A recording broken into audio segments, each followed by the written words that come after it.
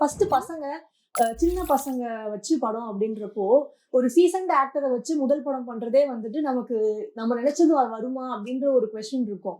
இது எல்லாமே சின்ன பசங்க, அதுவும் இவ்வளவு பெரிய ஒரு ப்ரொடக்ஷன் குரூவை வந்து மேனேஜ் பண்றதுன்றது எப்படி இருந்தது சார் உங்களுக்கு? பயங்கர சவால் தான்.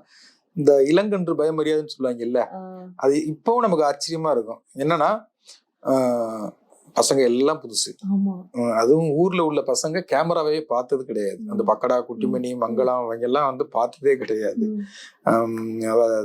அந்த மனோன்மை அடிச்ச தாரணி யாருக்குமே அது கிடையாது. இவங்களுக்கு ட்ரைனிங், பசங்களுக்கு எல்லாம் ட்ரைனிங் எதுவுமே கொடுக்கல. ஒரு ரிஹர்சல் பார்ப்போம்ல ஆபீஸ்ல வச்சுக்கிட்டு, ஏன்னா ஊர்ல அங்கங்க பிச்சுக்கிட்டு கிடக்குறாங்க, இவங்களை எங்கேயும் வச்சுக்கிட்டு ரிஹர்சல் பாக்குறது. ஆனாலும் ஏதோ ஒரு நம்பிக்கை, அந்த கதை மேல உள்ள நம்பிக்கை, அந்த பசங்களோட பேசி பார்க்கும்போது கொண்டு வந்துடலாம்னு தெரிஞ்சது. உண்மையை சொல்லணும் அப்படின்னா ஃபர்ஸ்ட் நாள் வந்து ஒவ்வொரு பசங்களுக்கும் முதல்ல ஒரு ஷாட் எடுத்துடணும். ஃபர்ஸ்ட் அன்புக்கரசுக்கு ஒரு ஷாட்டு, அடுத்து ரெண்டாவது ஜீவா ஷாட்டு, அடுத்து பக்கடா ஷாட் வச்சுட்டு எங்கடான்னு பார்த்தா ஆளை காணும். சரி ஏதோ வெளில போயிருப்பான், பக்கத்துல போயிருப்பான் போடா, குட்டிமணியை கூப்பிடணும்னா அவனையும் காணும். எங்கடா அப்படின்னா 2 பேரும் ஓயிட்டாங்க.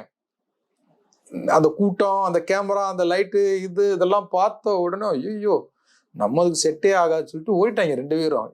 எங்கடான்னா காணும். அப்புறம் போய் பிடிச்சி வீட்டுல தூக்கிட்டு வர்றாங்க.